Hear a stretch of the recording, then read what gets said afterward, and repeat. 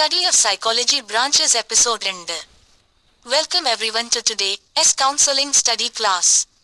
ഇന്നത്തെ കൗൺസിലിംഗ് പഠന ക്ലാസ്സിലേക്ക് എല്ലാവർക്കും സ്വാഗതം. Let us see what we learned last day.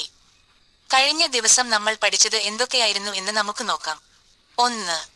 What is human psychology? മനുഷ്യ മനഃശാസ്ത്രം എന്നാൽ എന്ത്? 2. What are the important aspects of human psychology? മനുഷ്യ മനഃശാസ്ത്രത്തിന്റെ പ്രധാനപ്പെട്ട വശങ്ങൾ ഏതെല്ലാം? 3. How many branches does human psychology have? മനുഷ്യ മനഃശാസ്ത്രത്തിന് എത്ര ബ്രാഞ്ചുകളുണ്ട്? What are their names? അവയുടെ പേരുകൾ ഏതെല്ലാം? What we are studying today is an explanation of branches 1 through 6 of human psychology. ഇന്ന് നാം പഠിക്കുന്നത് മനുഷ്യ മനഃശാസ്ത്രത്തിന്റെ 1 മുതൽ 6 വരെയുള്ള ശാഖകളുടെ വിശദീകരണമാണ്. Let us pay attention to the explanations. നമുക്ക് വിശദീകരണങ്ങളിലേക്ക് ശ്രദ്ധിക്കാം. Psychology can be roughly divided into 2 major areas. മനഃശാസ്ത്രത്തെ 2 പ്രധാന മേഖലകളായി തിരിക്കാം. 1. Research, which seeks to increase our knowledge base. നമ്മുടെ അറിവിന്റെ അടിസ്ഥാനം വർദ്ധിപ്പിക്കാൻ ശ്രമിക്കുന്ന ഗവേഷണം. 2. Practice, through which our knowledge is applied to solving problems in the real world. യഥാർത്ഥ ലോകത്തിലെ പ്രശ്നങ്ങൾ പരിഹരിക്കുന്നതിന് നമ്മുടെ അറിവ് പ്രയോഗിക്കുന്ന പരിശീലനം. Let us turn to the details. മനഃശാസ്ത്ര ശാഖയുടെ വിശദീകരണങ്ങൾ ഇനി പറയുന്നു. 1. Abnormal psychology, അസാധാരണ മനഃശാസ്ത്രം. Abnormal psychology looks at psychopathology and abnormal behavior. അസാധാരണ മനഃശാസ്ത്രം മനോരോഗശാസ്ത്രത്തെയും അസാധാരണ പെരുമാറ്റത്തെയും പറ്റിയുള്ള പഠനമാണ്. It involves the study of people, as emotional, thought, and behavior patterns to identify, understand, and potentially resolve any issues that may be negatively affecting a person's life.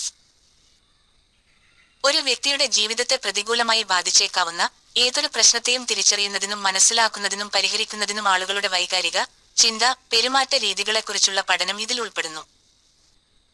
Mental health professionals in this branch of psychology assess, diagnose, and treat a wide variety of psychological disorders, including anxiety and depression. Counselors, clinical psychologists, and psychotherapists often work directly in this field. ഈ മനഃശാസ്ത്ര ശാഖയിലെ മാനസികാരോഗ്യ വിദഗ്ധർ ഉത്കണ്ഠ, വിഷാദം എന്നിവയുൾപ്പെടെ വിവിധതരം മാനസിക വൈകല്യങ്ങൾ വിലയിരുത്തുകയും രോഗനിർണയം നടത്തുകയും ചികിത്സിക്കുകയും ചെയ്യുന്നു. കൗൺസിലർമാർ, ക്ലിനിക്കൽ സൈക്കോളജിസ്റ്റുകൾ, സൈക്കോതെറാപ്പിസ്റ്റുകൾ എന്നിവർ പലപ്പോഴും ഈ മേഖലയിൽ നേരിട്ട് പ്രവർത്തിക്കുന്നു. 2. ബിഹേവിയറൽ സൈക്കോളജി, പെരുമാറ്റ മനഃശാസ്ത്രം. Behavioral psychology, also known as behaviorism, is a theory of learning based on the idea that all behaviors are acquired through conditioning. പെരുമാറ്റ മനഃശാസ്ത്രം, പെരുമാറ്റവാദം എന്നും അറിയപ്പെടുന്നു. എല്ലാ പെരുമാറ്റങ്ങളും കണ്ടീഷനിങ്ങിലൂടെയാണ് നേടിയെടുക്കുന്നത് എന്ന ആശയത്തെ അടിസ്ഥാനമാക്കിയുള്ള ഒരു പഠന സിദ്ധാന്തമാണ് ഇത്. Behavioral strategies such as classical conditioning and operant conditioning are often utilized to teach or modify behaviors. പെരുമാറ്റ രീതികൾ പഠിപ്പിക്കുന്നതിനോ പരിഷ്കരിക്കുന്നതിനോ ക്ലാസിക്കൽ കണ്ടീഷനിംഗ്, ഓപ്പറേറ്റ് കണ്ടീഷനിംഗ് തുടങ്ങിയ പെരുമാറ്റ തന്ത്രങ്ങൾ പലപ്പോഴും ഉപയോഗിക്കാറുണ്ട്. For example, a teacher might use a reward system to teach students to behave during class. ഉദാഹരണത്തിന്, class സമയത്ത് എങ്ങനെ പെരുമാറണമെന്ന് വിദ്യാർത്ഥികളെ പഠിപ്പിക്കുന്നതിന് ഒരു അധ്യാപകൻ ഒരു റിവാർഡ് സിസ്റ്റം ഉപയോഗിച്ചേക്കാം. When students are good, they receive gold stars, which can then be turned in for some sort of special privilege. വിദ്യാർത്ഥികൾ മികച്ചവരാകുമ്പോൾ അവർക്ക് സ്വർണ്ണ നക്ഷത്രങ്ങൾ ലഭിക്കും, അത് പിന്നീട് ഏതെങ്കിലും തരത്തിലുള്ള പ്രത്യേക പദവിക്കായി നൽകാവുന്നതാണ്. While this type of psychology dominated the field during the first part of the 20th century, it became less prominent during the 1950. 20ാം നൂറ്റാണ്ടിന്റെ ആദ്യ പകുതിയിൽ ഈ തരം മനഃശാസ്ത്രം ഈ മേഖലയിൽ ആധിപത്യം സ്ഥാപിച്ചിരുന്നുവെങ്കിലും 1950കളിൽ ഇതിന് പ്രാധാന്യം കുറഞ്ഞു. However, behavioral techniques remain a mainstay in therapy, education, and many other areas. എന്നിരുന്നാലും തെറാപ്പി, വിദ്യാഭ്യാസം, മറ്റ് പല മേഖലകളിലും പെരുമാറ്റ സാങ്കേതിക വിദ്യകൾ ഒരു പ്രധാന കേന്ദ്രമായി തുടരുന്നു. 3. ബയോസൈക്കോളജി, തലച്ചോർ, ന്യൂറോൺ, നാഡി മനഃശാസ്ത്രം. Biopsychology is a psychological area focused on how the brain, neurons, and nervous system influence thoughts, feelings, and behaviors. തലച്ചോറ്, ന്യൂറോണുകൾ, നാഡീവ്യൂഹം എന്നിവ ചിന്തകളെയും വികാരങ്ങളെയും പെരുമാറ്റങ്ങളെയും എങ്ങനെ സ്വാധീനിക്കുന്നു എന്നതിനെ കേന്ദ്രീകരിച്ചുള്ള ഒരു മനഃശാസ്ത്ര മേഖലയാണ് biopsychology. The biopsychology field draws upon many different disciplines, including basic psychology, cognitive psychology, experimental psychology, biology, physiology, and neuroscience. അടിസ്ഥാന മനഃശാസ്ത്രം, വൈജ്ഞാനിക മനഃശാസ്ത്രം, പരീക്ഷണാത്മക മനഃശാസ്ത്രം, ജീവശാസ്ത്രം, ശരീരശാസ്ത്രം, ന്യൂറോ സയൻസ് എന്നിവയുൾപ്പെടെ നിരവധി വ്യത്യസ്ത വിഷയങ്ങളെ ബയോസൈക്കോളജി മേഖല ഉൾക്കൊള്ളുന്നു. People who work in this type of psychology often study how brain injuries and brain diseases impact human behavior. ഈ തരത്തിലുള്ള മനഃശാസ്ത്രത്തിൽ പ്രവർത്തിക്കുന്ന ആളുകൾ പലപ്പോഴും തലച്ചോറിലെ പരിക്കുകളും തലച്ചോറിലെ രോഗങ്ങളും മനുഷ്യന്റെ പെരുമാറ്റത്തെ എങ്ങനെ സ്വാധീനിക്കുന്നുവെന്ന് പഠിക്കാറുണ്ട്. Biopsychology is also sometimes referred to as physiological psychology, behavioral neuroscience, or psychobiology. ബയോസൈക്കോളജിയെ ചിലപ്പോൾ ഫിസിയോളജിക്കൽ സൈക്കോളജി, ബിഹേവിയറൽ ന്യൂറോസയൻസ് അല്ലെങ്കിൽ സൈക്കോബയോളജി എന്നും വിളിക്കാറുണ്ട്. 4. ക്ലിനിക്കൽ സൈക്കോളജി, മാനസിക ചികിത്സ മനഃശാസ്ത്രം. Clinical psychology is the branch of psychology concerned with the assessment and treatment of mental illness, abnormal behavior, and psychiatric disorders. മാനസിക രോഗം, അസാധാരണമായ പെരുമാറ്റം, മാനസിക വൈകല്യങ്ങൾ എന്നിവയുടെ വിലയിരുത്തലും ചികിത്സയും സംബന്ധിച്ച മനഃശാസ്ത്ര ശാഖയാണ് clinical psychology. Clinicians often work in private practices, but many also work in community centers or at universities and colleges. Clinicians പലപ്പോഴും സ്വകാര്യ പ്രാക്ടീസുകളിലാണ് ജോലി ചെയ്യുന്നത്, പക്ഷേ പലരും കമ്മ്യൂണിറ്റി സെന്ററുകളിലോ സർവകലാശാലകളിലോ കോളേജുകളിലോ ജോലി ചെയ്യുന്നവരുമുണ്ട്. You can even find clinical psychology professionals in hospital settings and mental health clinics. ആശുപത്രികളിലും മാനസികാരോഗ്യ ക്ലിനിക്കുകളിലും നിങ്ങൾക്ക് ക്ലിനിക്കൽ സൈക്കോളജി പ്രൊഫഷണലുകളെ കണ്ടെത്താൻ കഴിയും. In these organizations, they often work as part of a collaborative team that may include physicians, psychiatrists, and other mental health professionals. ഈ സംഘടനകളിൽ അവർ പലപ്പോഴും ഫിസിഷ്യന്മാർ, സൈക്യാട്രിസ്റ്റുകൾ, മറ്റ് മാനസികാരോഗ്യ വിദഗ്ധർ എന്നിവരടങ്ങുന്ന ഒരു സഹകരണ സംഘത്തിന്റെ ഭാഗമായി പ്രവർത്തിക്കുന്നു. 4. കോഗ്നിറ്റീവ് സൈക്കോളജി, ആന്തരികാവസ്ഥ മനഃശാസ്ത്രം.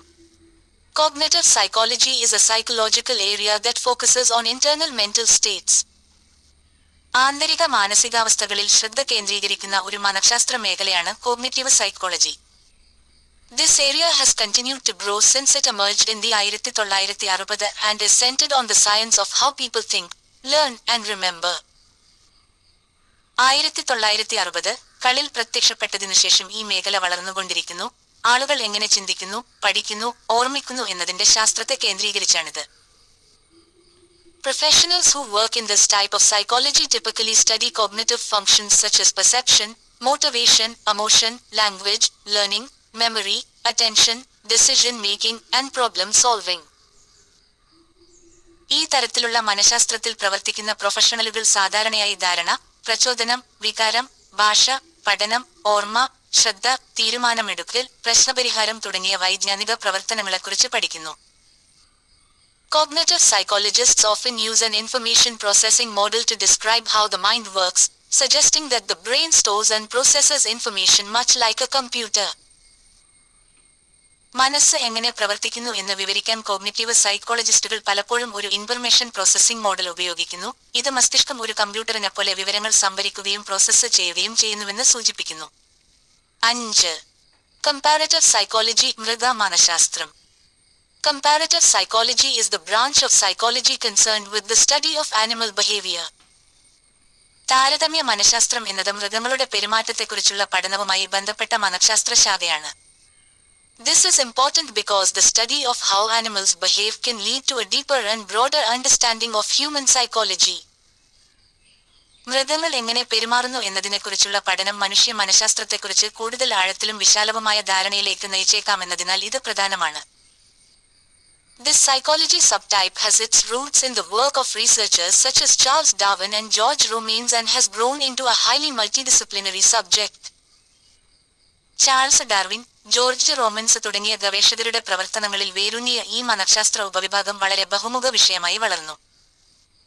In addition to psychologists contributing to this field, so do biologists, anthropologists, ecologists, geneticists, and several others. മനഃശാസ്ത്രജ്ഞർക്ക് പുറമെ ജീവശാസ്ത്രജ്ഞർ, നരവംശശാസ്ത്രജ്ഞർ, പരിസ്ഥിതി ശാസ്ത്രജ്ഞർ, ജനിതകശാസ്ത്രജ്ഞർ തുടങ്ങി നിരവധി പേർ ഈ മേഖലയിലേക്ക് സംഭാവന നൽകുന്നു. 6. കൗൺസിലിംഗ് സൈക്കോളജി ഉപബോധന ചികിത്സ മനഃശാസ്ത്രം അല്ലെങ്കിൽ ഉപദേശ ചികിത്സ മനഃശാസ്ത്രം. Counseling psychology is one of the largest areas of psychology. Counselling psychology മനഃശാസ്ത്രത്തിലെ ഏറ്റവും വലിയ മേഖലകളിൽ ഒന്നാണ്. It is centered on treating clients in mental distress who may be experiencing a wide variety of psychological symptoms. വൈവിധ്യമാർന്ന മാനസിക ലക്ഷണങ്ങൾ അനുഭവിക്കുന്ന മാനസിക സമ്മർദ്ദമനുഭവിക്കുന്ന ക്ലയന്റുകളെ ചികിത്സിക്കുന്നതിലാണ് ഇത് കേന്ദ്രീകരിച്ചിരിക്കുന്നത്. The Society of Counseling Psychology explains that professionals working in this type of psychology can improve their clients' interpersonal functioning throughout life. ഈ തരത്തിലുള്ള മനഃശാസ്ത്രത്തിൽ പ്രവർത്തിക്കുന്ന പ്രൊഫഷണലുകൾക്ക് ജീവിതത്തിലുടനീളം അവരുടെ ക്ലയന്റുകളുടെ പരസ്പര പ്രവർത്തനങ്ങൾ മെച്ചപ്പെടുത്താൻ കഴിയുമെന്ന് സൊസൈറ്റി ഓഫ് കൗൺസിലിംഗ് സൈക്കോളജി വിശദീകരിക്കുന്നു. They do this by improving the client's social and emotional health, as well as addressing concerns about health, work, family, marriage, and more. ക്ലയന്റിന്റെ സാമൂഹികവും വൈകാരികവുമായ ആരോഗ്യം മെച്ചപ്പെടുത്തുന്നതിലൂടെയും ആരോഗ്യം, ജോലി, കുടുംബം, വിവാഹം തുടങ്ങിയ കാര്യങ്ങളെക്കുറിച്ചുള്ള ആശങ്കകൾ പരിഹരിക്കുന്നതിലൂടെയുമാണ് അവർ ഇത് ചെയ്യുന്നത്. I express my gratitude and love to all of you who participated in the class. ക്ലാസ്സിൽ പങ്കെടുത്ത നിങ്ങൾ എല്ലാവരോടുള്ള നന്ദിയും സ്നേഹവും ഞാൻ അറിയിക്കുന്നു. I stop the class with the hope that, if the God willing, I will meet you in the next class with another subject. ദൈവം അനുവദിച്ചാൽ അടുത്ത എപ്പിസോഡ് ക്ലാസ്സിൽ കണ്ടുമുട്ടാം എന്ന പ്രതീക്ഷയോടെ നിർത്തുന്നു. Thank you and greetings. May everyone be well. നന്ദി, നമസ്കാരം. എല്ലാവർക്കും നല്ലതു വരട്ടെ. Today's class was prepared by Counselor Alexander M. V. Pathanamthitta. Mobile number 7907167566.